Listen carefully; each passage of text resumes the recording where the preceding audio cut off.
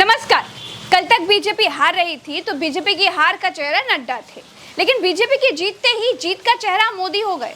भाजपा का ये सही है कि हारे तो नड्डा और जीते तो मोदी, लेकिन अब बीजेपी के सामने धर्म संकट ये है कि दो राज्यों में बीजेपी, एक राज्य जम्मू कश्मीर हारी भी है।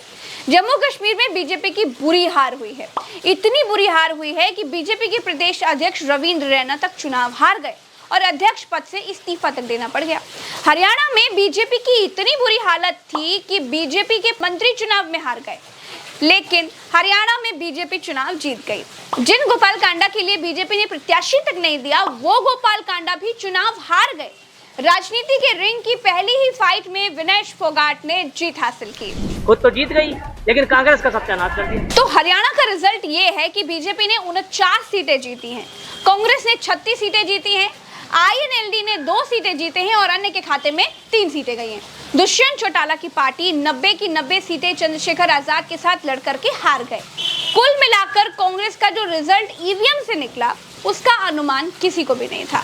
कांग्रेस का कहना है कि इलेक्शन कमीशन ने काउंटिंग में खेल के जरिए बीजेपी को जिता दिया, लेकिन ताज्जुब है कि कांग्रेस को सुप्रीम कोर्ट जाना चाहिए, लेकिन कांग्रेस चुनाव आयोग के पास ही शिकायत लेकर के जा रही है। जिन मशीनों की बैटरीज 99% थी, उन मशीनों में नतीजा एक आया, हमें हराने वाला नतीजा आया, और जो मशीनें नहीं, जिनको छेड़ा गया, जिनकी बैटरी 60-70% जो स्वाभाविक है होनी चाहिए थी, उसमें हम जीत रहे हैं हमारे कैंडिडेट। तो हम ये सारी शिकायतें इकट्ठी कर रहे हैं। हमारे कैंडिडेट्स ने वहाँ रिटर्निंग ऑफिसर्स को शिकायतें दी हैं और दे रहे हैं अभी, लेकिन आने वाले कुछ दिनों में ये सारी शिकायतें लेकर हम चुनाव आयोग में जल्दी ही जाएंगे और अपनी शिकायत वहाँ दर्ज कराएंगे। इस तरह का नतीजा कहीं भी धरातल पे नहीं दिख रहा था। आप लोग भी गए, हम लोग भी गए, सब घूम रहे थे। कोई ये नहीं मान सकता कि हरियाणा में इस तरह का अप्रत्याशित नतीजा आएगा। हम सब अचंभित हैं। ये अगर एक लाइन में इसको कहा जाए तो ये तंत्र की जीत है और लोकतंत्र की हार है। काउंटिंग शुरू हुई तो रुझानों में कांग्रेस 65 सीटों तक पहुंची। मोदी मीडिया ने भी कांग्रेस को प्रचंड बहुमत दिखाया। ढोल नगाड़े वाले कांग्रेस कार्यालय पहुंच गए, लेकिन ढोल बजाने की नौबत ही नहीं आई। ढोल वालों को पेमेंट देकर वापस लौटाना पड़ गया। क्या हुआ, आप लोग जा रहे हो क्या? अभी जा रहे हैं। क्यों अभी नहीं रुकना? वो सीटें आई नहीं है, तो हमारी पेमेंट कर दी उन्होंने। वो कह रहे हैं आप जाओ, हमें पिछली दफा बुलाएंगे आपको। अच्छा, क्या कह रहे हैं, जा रहे हो? हाँ जी, ओके जी। लेकिन जैसे ही EVM खुलनी शुरू हुई, भारतीय जनता पार्टी चुनाव जीत गई। तो कुल मिलाकर बीजेपी बैलेट में हार गई और EVM से जीत गई। कांग्रेस कहती है कि बीजेपी को EVM ने जिता दिया। तो कुल मिलाकर हरियाणा में बीजेपी ने तीसरी बार सरकार बनाकर इतिहास रच दिया है। 57 साल के इतिहास में पहली बार कोई पार्टी लगातार तीसरी बार सरकार बनाने में कामयाब हो रही है। गजब की बात यह है कि बीजेपी की तीसरी बार की सरकार पर किसी को एतबार ही नहीं है। सबको लगता है कि बीजेपी की जीत इलेक्शन कमीशन की नमक हलाली का नतीजा है। ये लोकसभा में भी हुआ। 79 सीट्स ऐसी है जहां पे जितने वोट डले उससे ज्यादा गिने गए, लेकिन उसके बावजूद भी 270 नहीं पहुंच पाई बीजेपी। लेकिन जब छोटा राज्य है जहां 90 सीट का सवाल है, उसमें 10 सीटों में भी बहुत उलटफेर हो जाता है। यदि 5-10 सीटें भी आपने स्लो करके और इंडिपेंडेंट के वोट इधर जोड़ के उधर जोड़ के और एक बार सर्टिफिकेट दे दिया, तो अक्सर जो मैनेजमेंट होता है चुनाव का, जो अधिकारियों का उपयोग होता है, वहां पे जो आप बड़े लीड है, मतलब हरियाणा में एक कॉन्स्टिट्यूंसी ऐसी है कि जो सबसे बड़ी कॉन्स्टिट्यूंसी है, या 24 राउंड में चुनाव होते हैं, गिना जाता है, वहां का नतीजा सबसे पहले आता है और 1-1 लाख के मार्जिन से लोग जीतते हैं। जहाँ बड़े मार्जिन है वहां कोई खेल नहीं करता, लेकिन जहाँ 1200, 1500, 1000 का मार्जिन है, ऐसे टाइम पे जनरली ये प्रोसेस स्लो करते हैं। कॉन्स्टिट्यूंसी छोटी, 14 राउंड का वोटिंग होना है, गिनती होनी है, लेकिन वहां पर बार बार ड्रैग किया जाता है, ताकि जो पहले राउंड में आप 1200 से आगे है, फिर 500 से कम, आगे कम करते करते फिर वो जहाँ गेम करना होता है वो अधिकारी कर लेता है। और एक बार हमारे यहाँ सिस्टम ऐसा, एक बार कलेक्टर ने सर्टिफिकेट दे दिया, उसके बाद आप 5 साल कोर्ट में लड़ते रहिए कि गलत हुआ। अब 5 साल बाद नतीजे भी आ गए, तब तक तो आपकी विधानसभा का टर्म पूरा होता है। तो इसमें देखने वाला कोई नहीं। इसके लिए जो एजेंट होते हैं, जो पुष्पेंद्र जी ने बहुत सही कहा, कांग्रेस के पास भीड़ है, वर्कर नहीं।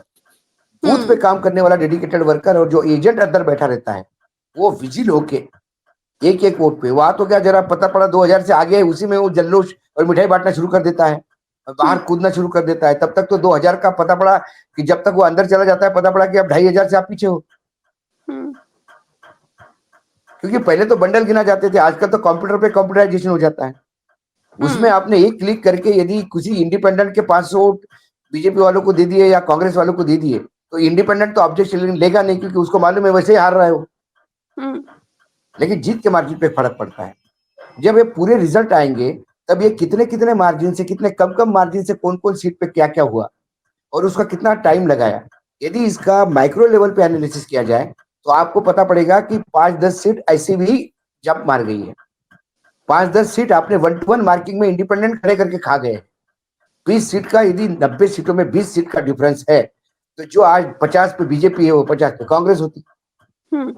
आजकल चुनाव मात्र घोषणा पत्रों से नहीं लड़ा जाता, चुनाव रैलियों से नहीं लड़ा जाता। चुनाव वोटिंग दिन में, वोटिंग के दिन बूथ पर लोग लाने से, काउंटिंग में विजिलेंस होने से, सर्टिफिकेट लेने तक चुनाव का प्रोसेस है। और ये जो आखिरी होता है, आखिरी जो प्रोसेस है, आखिरी 3 दिन जब वोटिंग होता है, जिस दिन मशीनें रखी जाती है स्ट्रांग रूम में और गिनवाई होती है, ये 3 दिन इतने महत्वपूर्ण होते हैं। इन्हीं तीनों दिन में कई अक्सर चुनाव पलटते हुए हमने देखे। काउंटिंग की रफ्तार को सुस्त करके, डेटा देने की स्पीड को कुंद करके और वेबसाइट पर अपलोडिंग में देरी करके क्या आंकड़ों में फेरबदल हो सकता है? ये सवाल आपके लिए है, जवाब आप कमेंट करके दे सकते हैं। जम्मू कश्मीर में 10 साल के बाद चुनाव हुए, देश के मस्तक ने बीजेपी को सिरे से खारिज कर दिया। वहां उमर अब्दुल्ला और कांग्रेस का गठबंधन कमाल कर गया।